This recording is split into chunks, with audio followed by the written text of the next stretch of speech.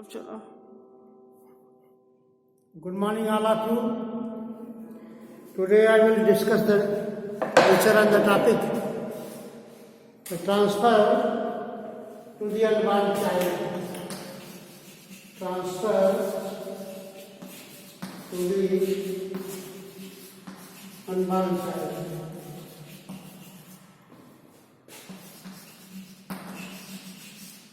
Section 13.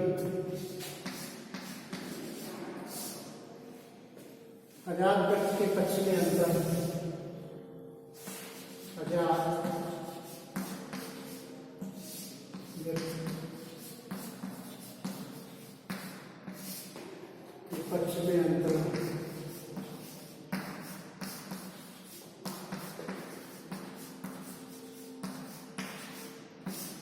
भारतीय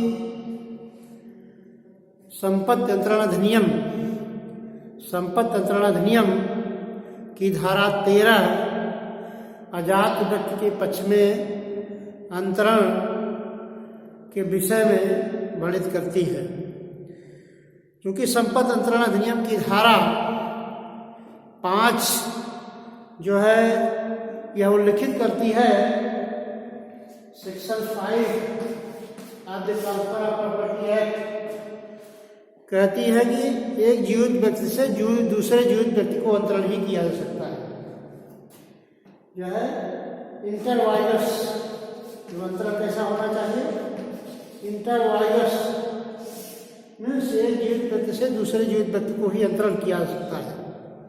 लेकिन संपत्ति अंतरण अधिनियम की धारा 13 आजाद व्यक्ति के विषय में कैसे अंतरण किया जाता है इसके विषय में वर्णित करती है। तो कोई भी अंतरण जो है आजाद व्यक्ति के जो किया जाता है, कोई भी अंतरण वह आजाद व्यक्ति के पक्ष में अंतरण करने से पहले एक पूर्वी हित का सृजन किया जाता है। आजीवन हित जो है वो प्रायर इंटरेस्ट वाले को दिया जाता है। इसके बाद जब आजाद व्यक्ति जन्म ले लेता है तब उसके पक्ष में अंतरण प्रभावी माना जाता है। अर्थात कहने का तात्पर्य है कि अनबॉर्न चाइल्ड को संपत्ति का अंतरण सीधे नहीं किया जा सकता है। अनबॉर्न चाइल्ड को आजाद व्यक्ति के पक्ष में सीधे अंतरण नहीं किया जा सकता है, बल्कि जब तक कि बच्चा जन्म न ले ऐसी परिस्थिति में संपत्ति किसी व्यक्ति को आजीवन हित के लिए दिया जाता है, जो कि अवयस्क के लाभ के लिए धारण करता है। तो एक आजीवन हित किसी व्यक्ति में निहित होना चाहिए। इसलिए आजाद व्यक्ति के पक्ष में अंतरण के संबंध में नियम बनाया गया है कि आजाद व्यक्ति को सीधे संपत्ति का अंतरण नहीं किया जाना चाहिए। क्योंकि आजाद व्यक्ति जो बच्चा अभी जन्म नहीं लिया है, आजाद का तात्पर्य है, अनबॉर्न का तात्पर्य है द चाइल्ड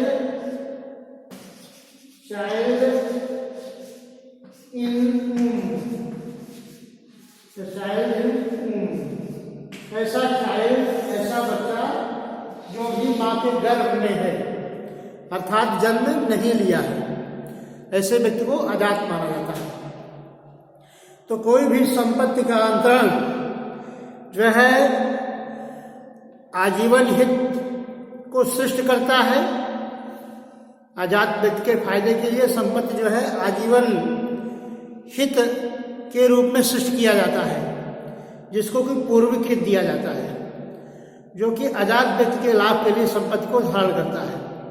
और आजाद व्यक्ति को संपत्ति का अंतरण तभी किया जाता है जबकि बच्चा जन्म ले ले। जब बच्चा जन्म ले लेगा तो ऐसी परिस्थिति में उसको प्रायर इंटरेस्ट जो आजीवन हितकर्ता के पक्ष में निहित है उसको संपूर्ण हित का अंतरण हो जाता है जब जैसे बच्चा है जन्म ले लेता है। और शर्त यह है कि जब तक वयस्क न हो जाए तब तक वह आजीवन हितकर्ता में संपत्ति निहित रहती है। तो धारा 13 जो है धारा 5 का एक अपवाद साबित करता है, क्योंकि धारा 5 यह कहती है कि संपत्ति का अंतरण जो है एक जीवित व्यक्ति से दूसरे जीवित व्यक्ति या एक से अधिक जीवित व्यक्तियों से दूसरे एक से अधिक जीवित व्यक्तियों को के पक्ष में किया जाता है। लेकिन धारा 13 के अंतर्गत संपत्ति का अंतरण जो है आजाद व्यक्ति के पक्ष में भी किया जा सकता है, अर्थात the child which is in the mother's womb, ऐसा बच्चा जो भी माँ के गर्भ में है, जो उत्पन्न नहीं हुआ है, उसके भी पक्ष में अंतरण किया जा सकता है। तो अंतरण के संबंध में नियम बनाया गया है, अंतरण के संबंध में नियम बनाया गया है कि आजाद व्यक्ति जो है अंतर्ती हो सकता है, आजाद व्यक्ति जो है ट्रांसफरी हो सकता है, फेरी हो सकता है, लेकिन इसके पहले चूंकि इसको संपत्ति सीधे सीधे अंतरित नहीं किया जा सकता है, उसको संपत्ति सीधे सीधे नहीं अंतरित किया जा सकता है, इसके लिए यह नियम बनाया गया है कि ऐसी परिस्थिति में ऐसी संपत्ति आजीवन हितकर्ता में निहित रहती है और ऐसा आजीवन हितकर्ता वह आजाद व्यक्ति के लाभ के लिए संपत्ति को धारित करता है, आजाद व्यक्ति के पक्ष में और उसके लाभ के लिए संपत्ति धारित कर सकता है। क्योंकि यदि आजाद व्यक्ति के पक्ष में संपत्ति अंतरित की जाएगी तो हो सकता है कि बच्चा जन्म न ले, बच्चा जन्म के पहले ही मर जाए। तो ऐसी परिस्थिति में संपत्ति का अंतरण किसे होगा, इस परिस्थिति को ध्यान में रखते लिए, जैसे उदाहरण के लिए ए ने अपनी संपत्ति बी को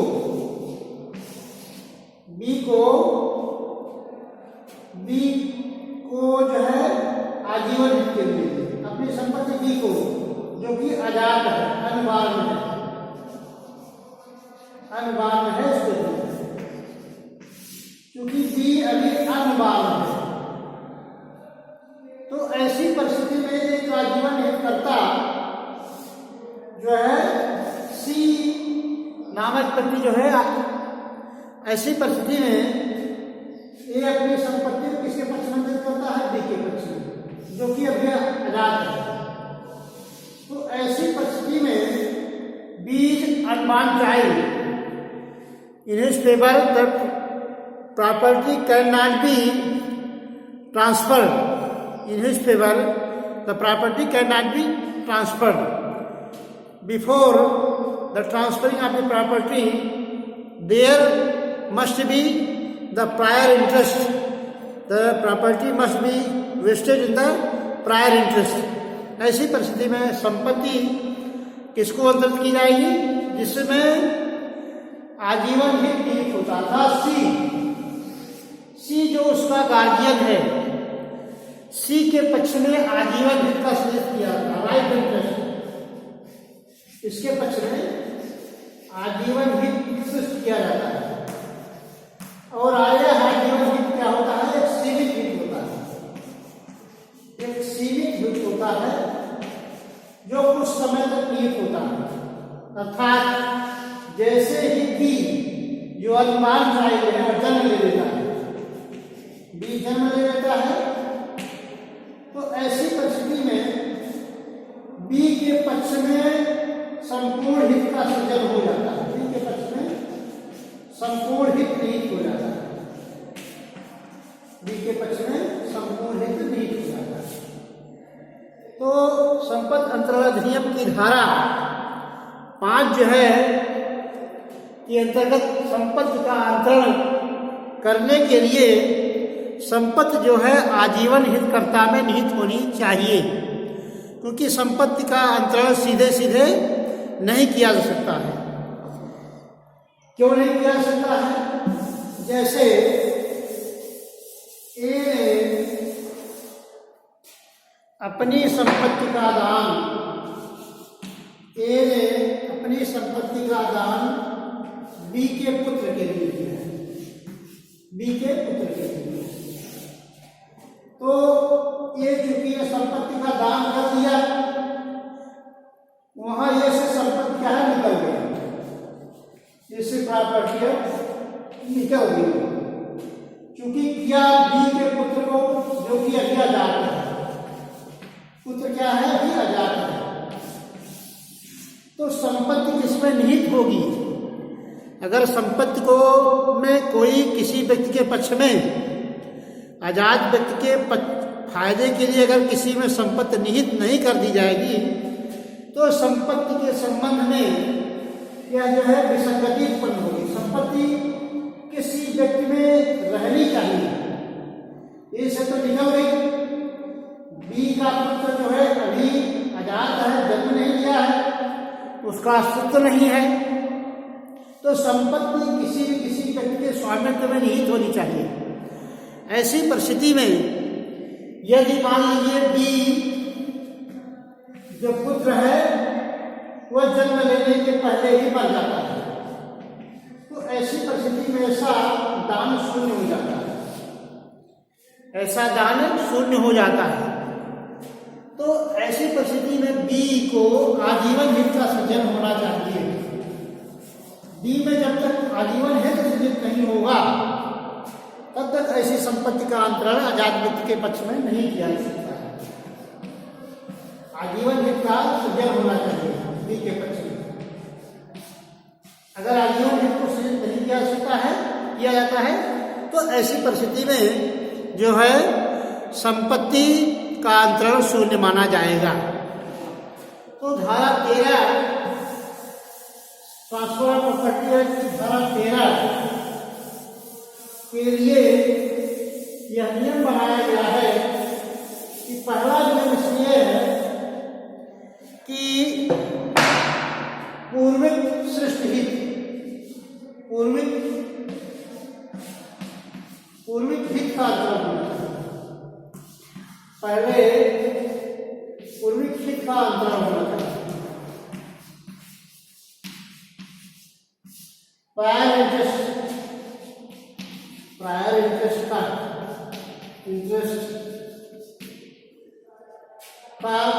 ट्रांसफर होना चाहिए, पूर्विक हित का सृजन होना चाहिए। अर्थात कहने का, और दूसरा नियम है, पहला पूर्विक हित का सृजन होना चाहिए, दूसरा अंतरणकर्ता अंतर्ती के जन्म पर संपत्ति का संपूर्ण हित निहित होना चाहिए। संपूर्ण हित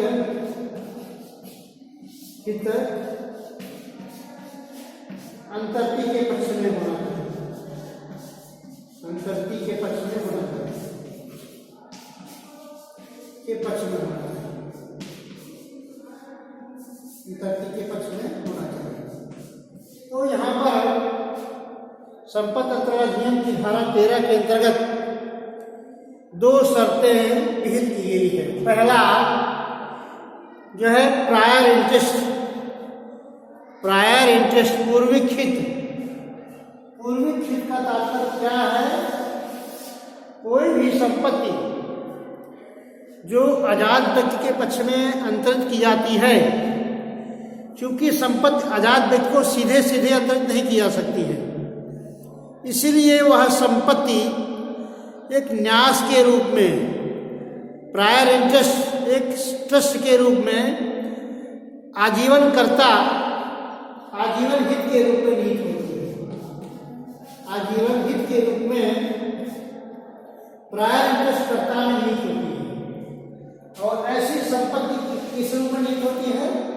ट्रस्ट के रूप में प्रायर इंटरेस्ट कर्ता में निहित होती है।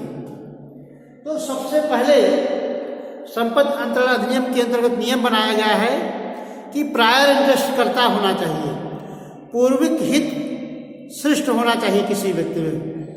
जब तक पूर्विक हित का सृजन नहीं किया जाएगा, ऐसी परिस्थिति में आजाद व्यक्ति के पक्ष में अंतरण नहीं किया जा सकता है, क्योंकि संपत्ति अंतरण अधिनियम के अंतर्गत नियम बनाया गया है कि सबसे पहले आजाद व्यक्ति अर्थात ऐसा व्यक्ति जो जन्म नहीं लिया है, उसके पक्ष में अंतरण तब तक नहीं किया जा सकता है जब तक ये पूर्वग्राही हितकर्ता न हो, अर्थात संपत्ति का एक नाशकर्ता न हो। संपत्ति जब तक पूर्वी हितकर्ता में निहित नहीं होगा तब तक संपत्ति का अंतरण सीधे सीधे नहीं किया सकता है। तो ट्रांसफर ऑफ प्रॉपर्टी एक्ट के अंतर्गत जो है प्रायर इंटरेस्ट किसी व्यक्ति में भी अवश्य होना चाहिए। उदाहरण के लिए जैसे ए ने अपनी संपत्ति, जैसे ए जो है अपनी संपत्ति, ए अपनी संपत्ति बी के पुत्र को अंतरित करता है, बी के पुत्र को अंतरित करता है।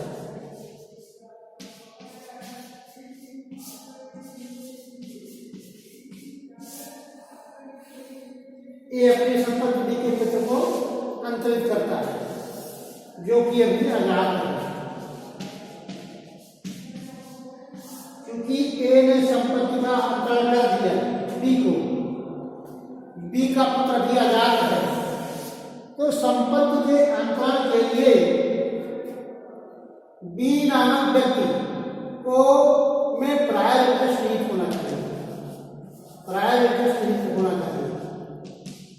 क्योंकि संपत्ति का अंतरण आजाद व्यक्ति के पक्ष में तभी किया जा सकता है क्योंकि बच्चा अभी जन्म नहीं लिया है, मां के गर्भ में है, तो संपत्ति निहित किसमें रहेगी। क्योंकि ये से संपत्ति चली गई और पुत्र अजात है, हो सकता है पुत्र जन्म न ले, पुत्र जन्म लेने के पहले मर भी सकता है। इसलिए जब तक इसका जन्म नहीं हो जाता तब तक एक आजीवन हितकर्ता में संपत्ति निहित मानी जाती है, निहित रहती है। और यह आजीवन हितकर्ता जिसमें प्रायर इंटरेस्ट निहित होता है, पूर्विक हित निहित होता है, पहले पूर्विक हित निहित होगा तब जो है पश्चातवर्ती हित दूसरे व्यक्ति को अंतरित किया जाएगा। अर्थात पूर्वग्राही हित का जो न्यास करता है वह आजाद व्यक्ति की देख रेख के लिए, आजाद व्यक्ति के फायदे के लिए, आजाद व्यक्ति का बेनिफिशियरी है, आजाद व्यक्ति का लाभ के लिए संपत्ति को धारित करता है। वह तब तक संपत्ति नहीं रहेगी उसमें जब तक ये बच्चा जन्म नहीं ले लेता। बच्चा जन्म लेता है, आजाद व्यक्ति के पक्ष में पूर्वी हित का जो है अंतरण हो जाता है। यह संपत्ति इसके आजीवन हित के लिए निहित होता है। आजीवन हित का तात्पर्य है इसको संपत्ति आजाद व्यक्ति के जन्म लेने तक इसमें संपत्ति निहित रहती है और जैसे ही आजाद व्यक्ति जन्म ले लेता है उसके पक्ष में संपत्ति का अंतरण हो जाता है। लेकिन जब तक बच्चा वयस्क नहीं होता तब तक पूर्विक हितकर्ता में संपत्ति उसकी देख रेख में रखा जाता है। तो दूसरा इसमें वह है, दूसरा पहले पूर्विक हित का अंतरण होना चाहिए, दूसरा है अंतांतिक हित, संपूर्ण हित निहित होना चाहिए। आजाद व्यक्ति के पक्ष में फिर संपूर्ण हित का सृष्टि कर दिया जाता है, संपूर्ण हित का सृजन कर दिया जाता है, संपूर्ण हित का सृजन कर दिया जाता है। जैसे ही बच्चा जन्म लेता है, चूंकि अंतर्ती जब संपत्ति की अंतरण की तिथि पर उसका अस्तित्व नहीं है, उसके पक्ष में अंतरण तो किया जा सकता है, लेकिन जैसे ही बच्चा आजाद व्यक्ति जन्म ले लेता है उसमें संपत्ति का अंतरण हो जाता है। तो संपूर्ण हित का सृजन आजाद व्यक्ति के पक्ष में क्या किया जाता है, आजाद व्यक्ति के पक्ष में संपूर्ण हित का सृजन किया जा सकता है। आजाद व्यक्ति के पक्ष में संपूर्ण हित का सृजन किया जा सकता है, संपूर्ण हित का सृजन किया जा सकता है।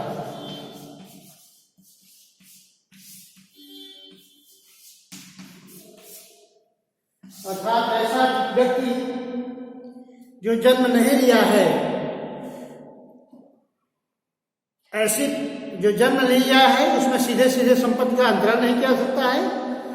लेकिन जब ही बच्चा अजात जो गर्भ में है, माँ के गर्भ में जैसे ही जन्म लेता है, उसके पक्ष में जो संपूर्ण हित है, जो एब्सोल्यूट ट्रांसफर हो जाता है, संपूर्ण हित का अंतरण हो जाता है, एब्सोल्यूट ट्रांसफर हो जाता है,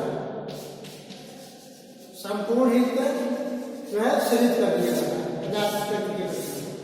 तो एब्सोल्यूट ट्रांसफर होना चाहिए, अजात व्यक्ति के पक्ष में संपूर्ण हित का सृजन होना चाहिए। लेकिन संपूर्ण हित का सृजन के पहले जब तक कि बच्चा जो है जन्म न ले, जब तक कि बच्चा जन्म न ले तब तक जो है संपूर्ण हित, आजीवन हित का सृजन जो है प्रायःकर्ता में ही नहीं करता है। अब बच्चा जन्म ले लेता है तो संपूर्ण हित का सृजन, संपूर्ण हित का जो है सृजन जो है अजात व्यक्ति के पक्ष में, जो बच्चा जन्म लेता है बच्चे के पक्ष में हो जाता है। तो ऐसी परिस्थिति में जो है दो शर्तें भारत संविधान में बताई गई हैं।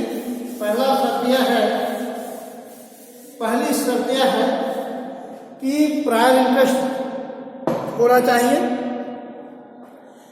पूर्वी हित का सृजन होना चाहिए संपत्ति के अंतरण के लिए अजात के पक्ष में अंतरण करने के पहले। दूसरी शर्त यह है, अजात व्यक्ति के जन्म लेने के बाद संपत्ति में संपूर्ण हित और शिष्य हित अजात व्यक्ति के पक्ष में निहित कर दिया जाता है। संपूर्ण और शिष्य हित का तात्पर्य है कि संपत्ति का अंतर्ती जो है अजात व्यक्ति हो जाता है।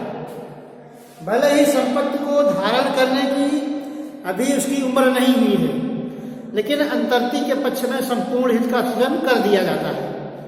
और जब तक कि बच्चा 18 ईयर्स अर्थात वयस्क नहीं हो जाता है, जब तक वह जो है एडल्ट नहीं हो जाता है, वयस्क नहीं हो जाता है, ऐसी परिस्थिति में संपत्ति जो है आजीवन हितकर्ता में तब तक निहित रहती है जब तक कि बच्चा वयस्क न हो जाए।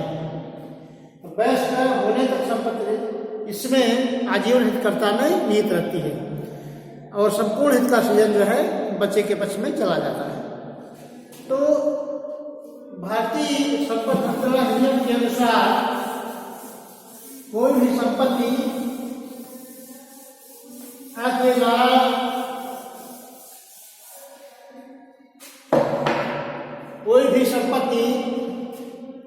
आपके द्वारा अगर किसी संपत्ति का सृजन व को जो अजात है उसके पक्ष में करता है, ब के बाद उसके पुत्र सबको करता है, स के बाद उसके पुत्र को ग को कर सकता है। और जब तक अजात है इसमें आजीवन, जब तक कि वह अजात है तो आजीवन हित किसी व्यक्ति में निहित हो जाता है।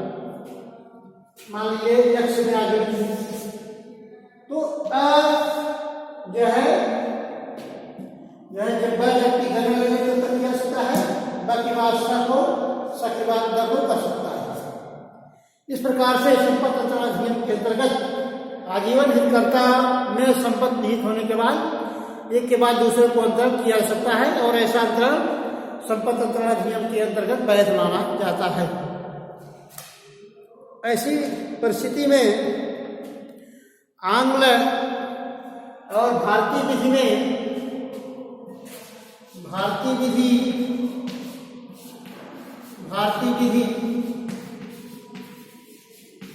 एवं आंग्ल विधि में यहाँ पर भिन्नता बताई गई है। भारतीय विधि और आंग्ल विधि में भिन्नता बताई गई है। The next lecture I will deliver tomorrow. Thank you very much.